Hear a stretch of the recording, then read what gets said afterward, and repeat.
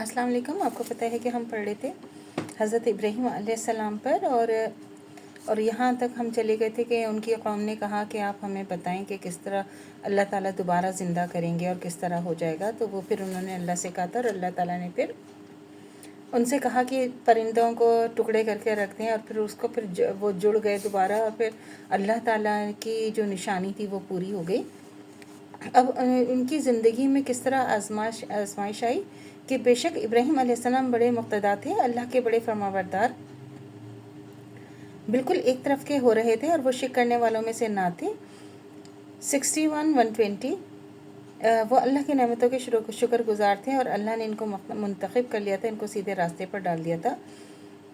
16-121 اور جب ابراہیم علیہ السلام کی چند باتوں میں اس کے باپ نے آزمائش کی تو وہ ان سب میں پورے اترے. اللہ تعالیٰ نے کہا کہ میں تم لوگوں کو امام بناؤں گا. 2-124 بس ایک لوط ان پر ایمان لے آیا اور ابراہیم علیہ السلام نے کہا کہ میں ہجرت کرنے والا ہوں اپنے رب کی طرف، بلا شبہ وہ بڑا زبردست حکمت والا ہے. 29-26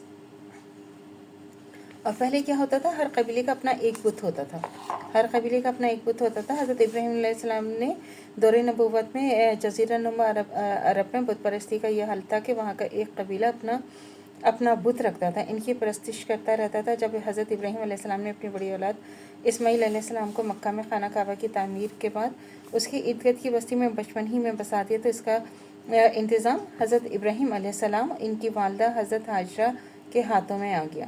انہوں نے بنی جرہم میں امارہ بنت سعید سے پھر بعد میں رالہ بنت مزاز سے شادی کر لی اور ان سے آپ کے 12 بیٹے پیدا ہوئے، جن میں 2 بیٹیوں نابت اور قیدار. اللہ کے وحدانیت کو پھیلانے میں حضرت اسماعیل علیہ السلام اور حضرت حاجرہ کی دل جوئی سے ساتھ دیا.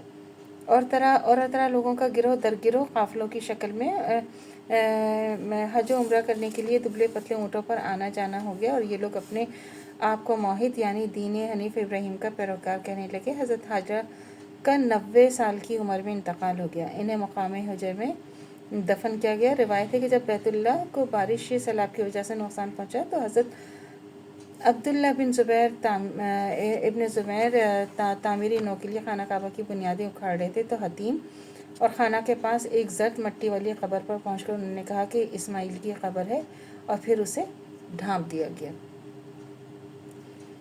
حضرت اسماعیل علیہ السلام کے بعد ان کے بڑے بیٹے نابت نے کعبہ کی تولید سنبھالی. پھر ان کے مرنے پر مزاز بن عمرو جرہمی نے کعبہ کی تولید پر قبضہ کر لیا. اس زمانے میں کعبہ کی تولید کی جزیرہ نما عرب کی بادشاہت سمجھی جاتی تھی. پھر بعد میں عرب کا ایک قبیلہ خزا کعبہ کی تولید پر قابض ہو گیا.